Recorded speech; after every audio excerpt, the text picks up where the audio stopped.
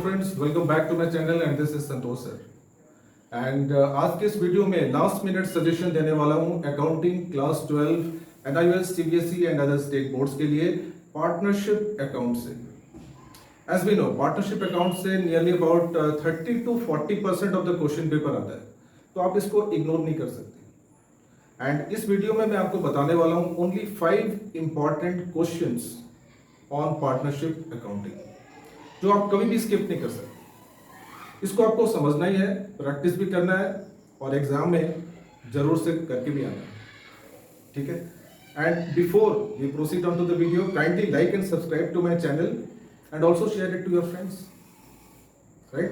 So without wasting any time, let's begin the video. Okay friends, ये है first question and question है A and B are partners sharing profit and losses in the ratio of 3:2. They admitted C as a partner for 1/4 share. Find the new profit sharing ratio. Friends, ऐसा माना जाता है कि अगर आप question को अच्छे से समझ जाते हो, half the solution is over. तो क्वेश्चन को समझना बहुत जरूरी है। बार बार पढ़ें, कम से कम 2-3 बार तो क्वेश्चन को समझें। उसके फिगर्स, क्वेश्चन में क्या क्या दिया हुआ है, वो आपके माइंड में प्रिंट होने चाहिए before attempting the solution, right. जल्दबाजी नहीं करें, राइट। तो यहाँ पे क्वेश्चन में A/B का रेशियो दिया हुआ है 3:2। नया पार्टनर यहाँ पे C एडमिट हो रहा है, C को चाहिए 1/4 शेयर, ठीक है। तो यहाँ पे C शेयर हो गया 1/4 ऑफ द प्रॉफिट्स, ठीक है।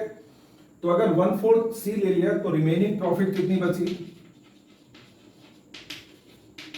रिमेनिंग प्रॉफिट्स, ये सारे प्रॉफिट्स और लॉसेस आपको फ्रैक्शंस में ही फाइंड आउट करने हैं।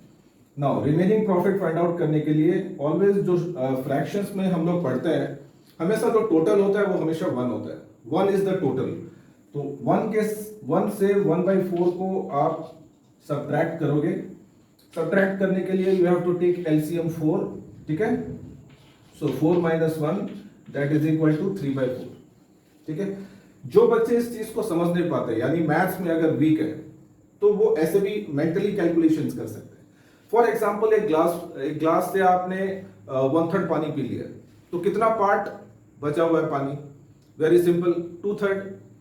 अगर एक ग्लास पानी में अगर आपने सपोज 1/5 पानी अगर आपने पी लिया, ठीक है, तो what is the amount of water that is left? Very simple, 4/5। Numerator और डेनोमिनेटर दोनों का सम बराबर होना चाहिए, सो दैट यू गेट 1।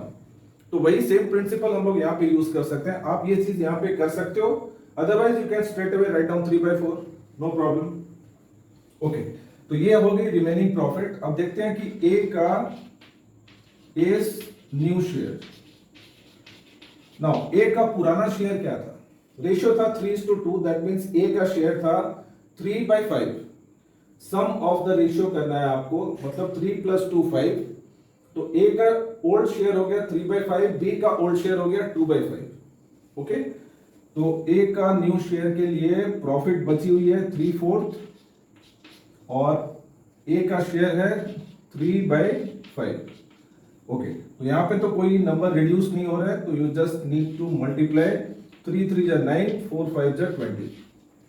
तो ये आ गया ए का share. In the same way, B's new share, B का शेयर है old share 2/5 into remaining profit 3/4। Okay, तो यहां पर भी आपको रिड्यूस करने की जरूरत नहीं है, बिकॉज आपको डेनोमिनेटर्स में ध्यान रखना है कि डेनोमिनेटर्स हमेशा इक्वल हो, सो दैट आपको प्रॉफिट शेयरिंग रेशियो निकालने में इजी होगा, ठीक है। अब निकाल लेते हैं इन तीनों का न्यू प्रॉफिट शेयरिंग रेशियो। ए का न्यू शेयर है 9/20, बी का है 6/20 और सी का 1/4, ठीक है। आपको ध्यान रखना है कि जब आप न्यू प्रॉफिट शेयरिंग रेशियो निकालें, तो यहाँ पे जो डेनोमिनेटर्स हैं, ये सबके डेनोमिनेटर्स सेम होने चाहिए। ये 20 है, ये 20 है, लेकिन ये 20 नहीं है। So what you do, you just need to multiply 5 both the sides, ठीक है। तो आपका यहां पे हो जाएगा 5/20, दैट मींस 9:6 5। तो ये हो गया आपका आंसर 9:6। ओके फ्रेंड्स, आगे बढ़ते हैं सेकंड क्वेश्चन की तरफ and the question is A, B and C sharing profits and losses in the ratio of 7:6:7 and B retires and its share is equally distributed between A and C. Find the new profit sharing ratio of A and C. Retirement से है question and question में B retire कर रहे हैं, right? A and C they are the remaining partners. Okay, तो सबसे पहले देखते हैं कि जो रिटायरिंग पार्टनर है उसका शेयर कितना है. 20 शेयर बी रिटायर कर रहे हैं, तो उसका शेयर कितना है? 6 by 7 plus 6 plus 7 that means 20. ठीक है, ये बी का शेयर था एंड ये share equally distributed between A and C. तो इस शेयर को आपको क्या करना है? हाफ करना है. ठीक है, आधा करना है. तो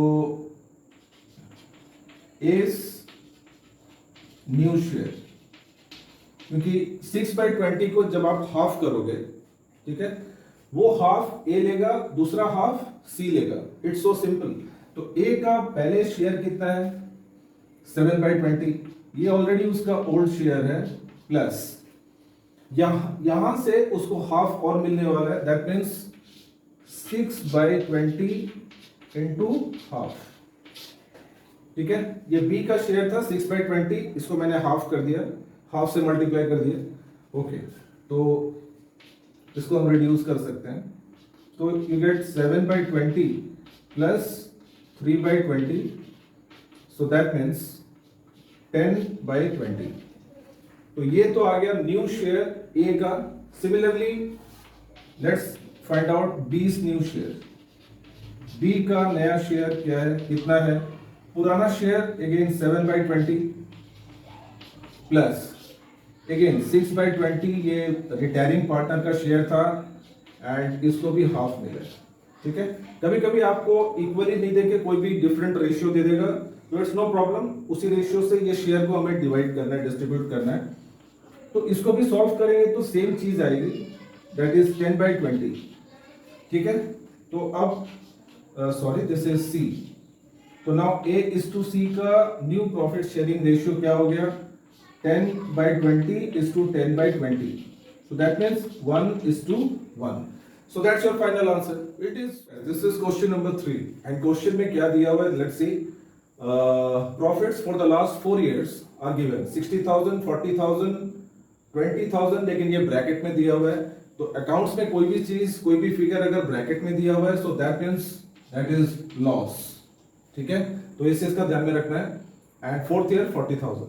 आपको फाइंड आउट क्या करना है? Find goodwill on the basis of 2 years purchase और 4 years एवरेज प्रॉफिट्स.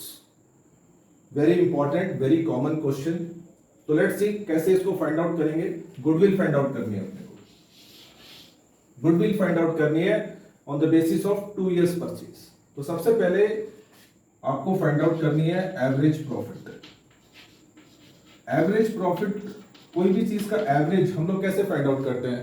वो सारे नंबर्स को प्लस करेंगे, divided by the number of years. तो यहां पर भी वैसे ही करना है.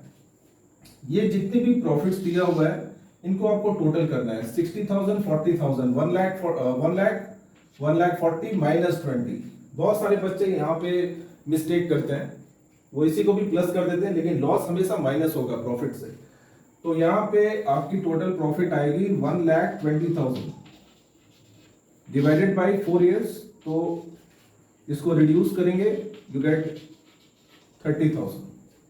ओके, नाउ आपको निकालनी है goodwill. Now the value of goodwill will be 30,000 into number of years of purchase. यहाँ पे number of years of purchase 2 years है, तो इसको जस्ट 2 से मल्टीप्लाई करना है. You get the value of goodwill and that is ₹60,000. So it is so simple. कभी कभी आपको यहाँ पे 2 years परचेज के जगह पे 3 years, 4 years, 5 years कुछ भी दे दे, you just multiply that number. ठीक है, सो सिंपल. ओके फ्रेंड्स, आगे चलते हैं. क्वेश्चन नंबर 4, ये है सबसे इंपॉर्टेंट क्वेश्चन. ठीक है, ज्यादा मार्क्स का भी आता है, कम से कम 5 to 6 मार्क्स. एंड यहाँ पे आपको बनाना है profit and loss appropriation account and capital accounts.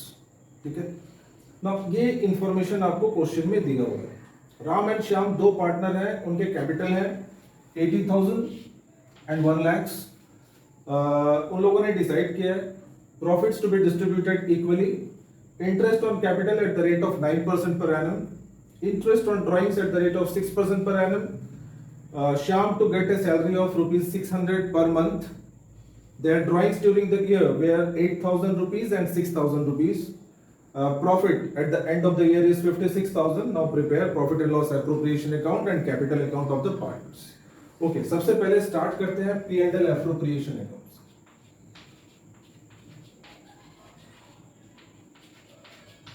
Okay friends, P&L appropriation account बनाने के लिए बहुत ही सिंपल क्वेश्चन है. Okay, now यहाँ पे आपको क्या लिखना है? By net profit. Net profit का मतलब है कि पूरे फर्म ने कितना प्रॉफिट साल में अर्न किया है. तो ये क्वेश्चन में आपको जरूर दे देगा, इधर ऊपर या फिर नीचे. ठीक है, ध्यान में रखना है. 56,000 उसकी नेट प्रॉफिट है.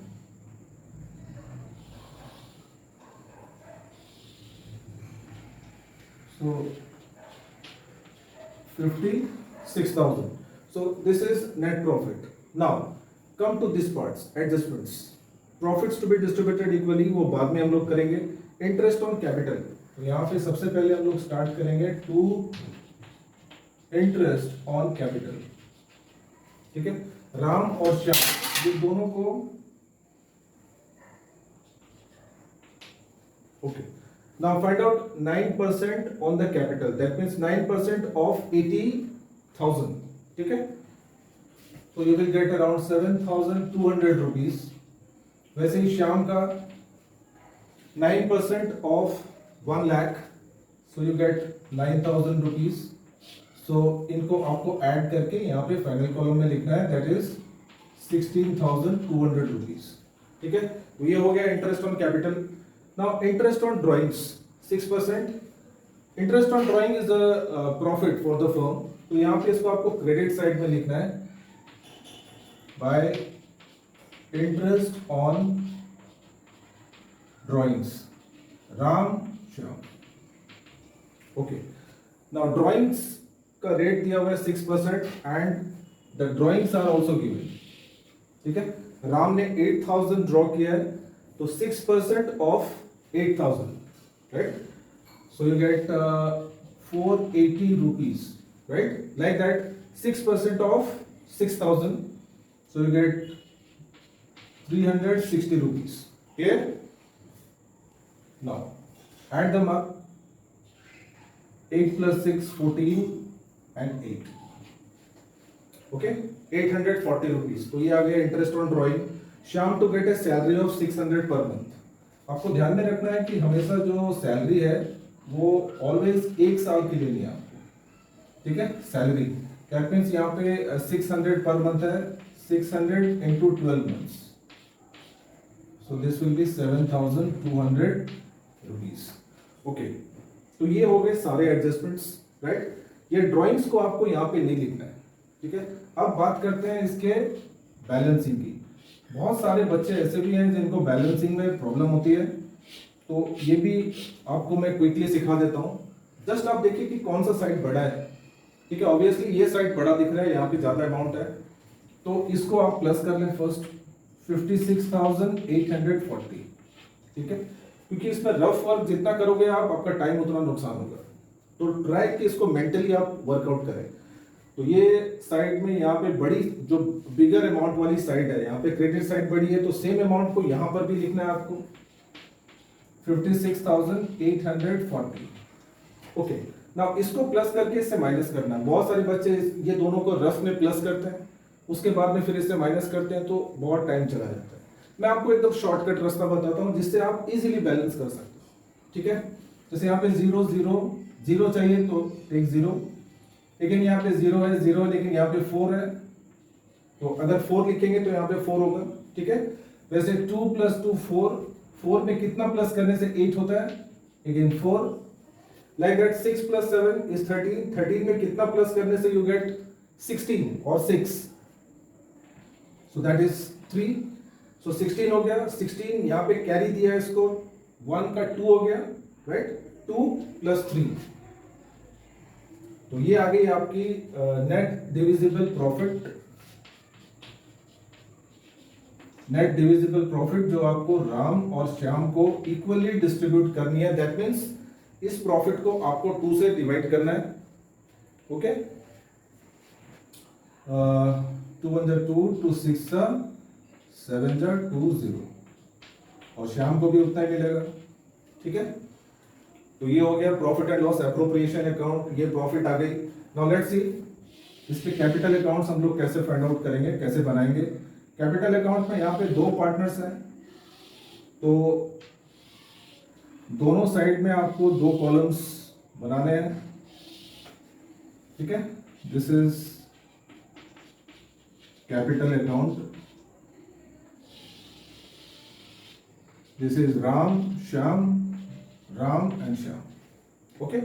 कैपिटल अकाउंट में सबसे पहले आपको देखना है कि इनके कैपिटल्स कहां पे हैं, दोनों पार्टनर्स के कैपिटल।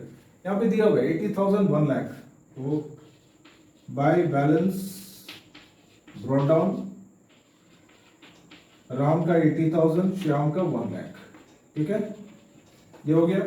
इसके बाद पार्टनर्स को जो जो मिल रहा है, जैसे इंटरेस्ट ऑन कैपिटल मिल रहा है, सैलरी मिल रहा है, तो ये आपको क्रेडिट करना है। और पार्टनर्स क्या दे रहे हैं, वो लोग इंटरेस्ट दे रहे हैं, ड्राइंग्स पे इंटरेस्ट दे रहे हैं, तो उसको डेबिट करना है, राइट। तो बहुत ही सिंपल है, बाय इंटरेस्ट ऑन कैपिटल। ये ऑलरेडी हम लोगों ने यहाँ पे फाइंड आउट किया है, 7,200 राम का और श्याम का 9,000, ठीक है। वैसे ही सैलरी श्याम को मिलनी है 7,200, तो श्याम के कॉलम में हम लोग लिखेंगे 7,200, ओके। उसके बाद में net profit, that means by P&L appropriation account, ठीक है। यहां से दोनों के लिए प्रॉफिट है 16,720 एंड श्याम को भी 16,720, ओके। इसके बाद इंटरेस्ट ऑन ड्राइंग्स 480,360, लेकिन उससे पहले मैं आपको बता दूं कि पार्टनर्स ने जितना अमाउंट ड्रॉ किया है वो भी आप इसमें पोस्टिंग करेंगे, ठीक है। तो सबसे पहले 2 drawings,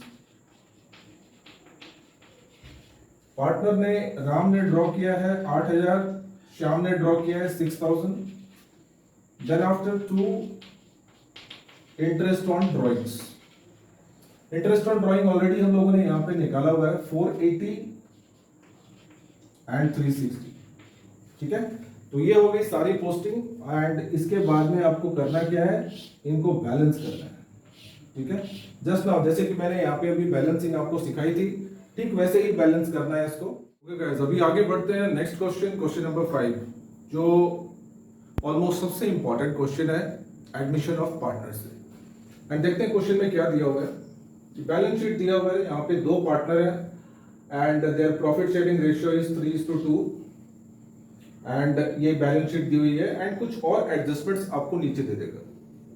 and you will be asked to prepare revaluation account, capital account and new balance sheet. तो बहुत ही इंपॉर्टेंट क्वेश्चन है। तो देखते हैं, यहाँ पे क्रेडिटर्स हैं, कैपिटल दिए हुए हैं, cash balance, bank balance, debtors, building, furniture, machine, stock है, एंड यहाँ पे सी is admitted as a new partner for 1/3 share, right? Okay, तो अभी यहाँ से हमें न्यू प्रॉफिट शेयरिंग रेशियो भी निकालना होगा, वो वर्कआउट करेंगे।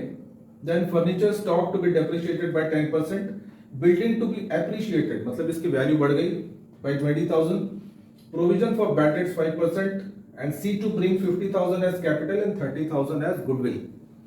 तो ये इंफॉर्मेशन दिया हुआ है क्वेश्चन में, एंड सबसे पहले समझते हैं कि यहां से रिवैल्यूएशन अकाउंट कैसे फाइंड आउट करेंगे हम लोग। ओके फ्रेंड्स, तो रिवैल्यूएशन अकाउंट बनाने के लिए again revaluation account, okay friends, revaluation के लिए हम लोग रिवैल्यूएशन सबसे पहले मैं आपको ब्रीफ कर दूं कि इसको बनाते क्यों हैं। एसेट्स और लायबिलिटीज, इनकी वैल्यू जो इंक्रीज हो रही है, डिक्रीज हो रही है, उसको रिकॉर्ड करना है। Net increase and net decrease in the value of assets and liabilities. जैसे कि यहाँ पे फर्नीचर और स्टॉक, ये है furniture and stock. Now furniture and stock to be depreciated, जब वैल्यू, एसेट की वैल्यू जब डिक्रीज करती है तो हमें लॉस होता है। जब एसेट की वैल्यू राइज करती है तो प्रॉफिट होती है, और रिवर्स केस होता है लायबिलिटी के लिए। तो सबसे पहले इसको फटाफट रिकॉर्ड कर लेते हैं कि फर्नीचर और स्टॉक इसका 10% डेप्रिसिएशन हो गया, तो लॉस है। लॉस को हम लोग डेबिट साइड में लिखेंगे, प्रॉफिट को क्रेडिट साइड में of the revaluation account. Okay, सबसे पहले यहां पे लिखते हैं टू फर्नीचर। ना, फर्नीचर की वैल्यू 10,000 थी, 10% डेप्रिसिएशन, तो 10% of 15,000 that means 1,500 rupees. Is that clear? In the same way stock का भी डेप्रिसिएशन हुआ है, सो राइट लाइक दैट। स्टॉक की वैल्यू है 30,000, इसका 10% 3,000 रुपीज।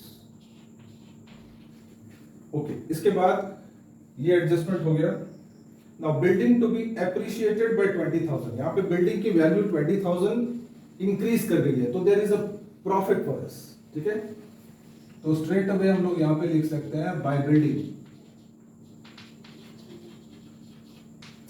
इसकी परसेंटेज नहीं दिया हुआ है, डायरेक्टली वैल्यू दिया हुआ है, तो you can just right 20,000। Okay, ये एडजस्टमेंट हो गया। Provision for bad debts 5%। हमेशा फ्रेंड्स बैड डेट्स डेटर्स के ऊपर निकलता है। डेटर्स बैलेंस शीट में देखिए डेटर्स कहां पे है, ये है डेटर्स 19,000, तो 19,000 का 5%। ठीक है, तो जब भी हम प्रोविजन करते हैं कोई बैड डेट्स के लिए, तो वो हमारे लिए लॉस है। ठीक है, तो to provision for bad debt. ठीक है, ओके, 5% ऑफ 19,000। ट्राई करें कि इसको मेंटली वर्कआउट करें। जैसे 5% है तो 10% ऑफ 19,000 इज 1900। 1900 को हाफ कर दें। ठीक है, तो 1900 को हाफ करेंगे हम लोग, so what you get 950 rupees. ठीक है, तो ये हो गया डेप्रिसिएशन। और कोई एडजस्टमेंट यहाँ पे हमें नहीं करना है, बस इतना सही है। ये कैपिटल जो C bring in capital 50,000 goodwill, तो कैपिटल का गुडविल का इनका कोई एडजस्टमेंट नहीं करना है। Capital account of A B C, and here also write A B C. सबसे पहले इनके capitals by balance brought down. ठीक है, ए और बी का यहाँ पे दिया हुआ है 70,000 each, so write it here 70,000 and here also 70,000। ठीक है, now C to bring 50,000 capital, right, तो बाय बैंक सी ने, जो नए पार्टनर ने जो कैपिटल लेके आया वो 50,000, इसको लिखेंगे बाय बैंक 50,000, बिकॉज इसकी जर्नल एंट्री हो जाती है bank account debited to C's capital account. ठीक है, तो ये आ गया। नाउ इसके बाद आपको ये जो ओल्ड पार्टनर्स की ये जो प्रॉफिट है, ये प्रॉफिट को आपको डिस्ट्रीब्यूट करना है बाय रिवैल्यूएशन अकाउंट 8370 एंड 5820। ठीक है, ये दोनों पार्टनर्स को प्रॉफिट, यहां से जो प्रॉफिट निकली है इसको हमें डिस्ट्रीब्यूट कर दिया है। क्वेश्चन में एक चीज का और भी ध्यान रखना है कि अगर कोई जनरल रिजर्व या रिजर्व फंड वगैरह कुछ दिया हुआ है, तो ये भी ओल्ड पार्टनर्स को ओल्ड रेशियो में हम लोग डिवाइड करेंगे। ठीक है, नाउ इसके बाद ओके फ्रेंड्स, इसको बैलेंस करने के बाद में यू नो ये कैपिटल बैलेंसेस आपको बचेंगे। ठीक है, एंड यहां से फिर आपको एक चीज और यहां पे बनानी है, balance sheet, new balance sheet of all the three partners. तो हम लोग यहीं से इसको थोड़ा सा मॉडिफाई कर लेते हैं, राइट। जैसे कि यहाँ पे क्रेडिटर्स में कोई चेंज नहीं है, तो एज इट इज क्रेडिटर्स को ऐसे ही लिख लें 28,000। नाउ कैपिटल में बैलेंसेस चेंज होंगे, एंड यहाँ पे 3 पार्टनर हैं, और यहां से ये जो आपके बैलेंसेस निकले हैं दैट इज 96,730, देन 87,820 एंड 50,000। तो इनको ऐड करके आपको यहां पे लिखना है 0325 7815 and 14 10 18 23। So 2,34,500. Okay. So like that. Now this side. Now cash में कोई चेंजेस नहीं है, कैश एज इट इज 30,000 हम लोग लिख सकते हैं. बैंक, नाउ बैंक में चेंजेस है फ्रेंड्स. बैंक में यहाँ पे जो न्यू पार्टनर 50,000 कैपिटल लेके आया कैश में एंड गुडविल 30,000, तो ये दोनों को यहाँ पे आपको बैंक बैलेंस में ऐड करना है. नए पार्टनर ने 50,000 और 30,000, 80,000 प्लस 23,000, सो दैट मेक्स 1,03,000. तो नए बैलेंस शीट में बैंक का बैलेंस ऑलवेज चेंज होता है, इस चीज को आपको ध्यान में रखना है. Okay, debtors. नाउ डेटर्स में हम लोगों ने प्रोविजन किया था 950 रुपीज का, तो 90,000 से 950 आपको माइनस करना है and that will come to 18,050 rupees. ठीक है, इसको माइनस करना है प्रोविजन से. नाउ बिल्डिंग पे फ्रेंड्स एप्रिसिएशन था, तो बिल्डिंग 65,000 की थी, 20,000 और इसमें हम लोग प्लस कर देंगे, so that will make 85,000. Clear? Like that. Furniture 15,000, depreciation हो गया 1,500 रुपीज, सो 13,500. ठीक है, 1,500 रुपया डेप्रिसिएशन माइनस हो गया. Like that. मशीनरी में कोई चेंजेस नहीं है, as it is. Stock, now stock में भी 3,000 का डेप्रिसिएशन है, so this will give you 27. 30,000 minus 3,000 rupees. Okay, now friends इसको हम टोटल करेंगे and the total should match, right.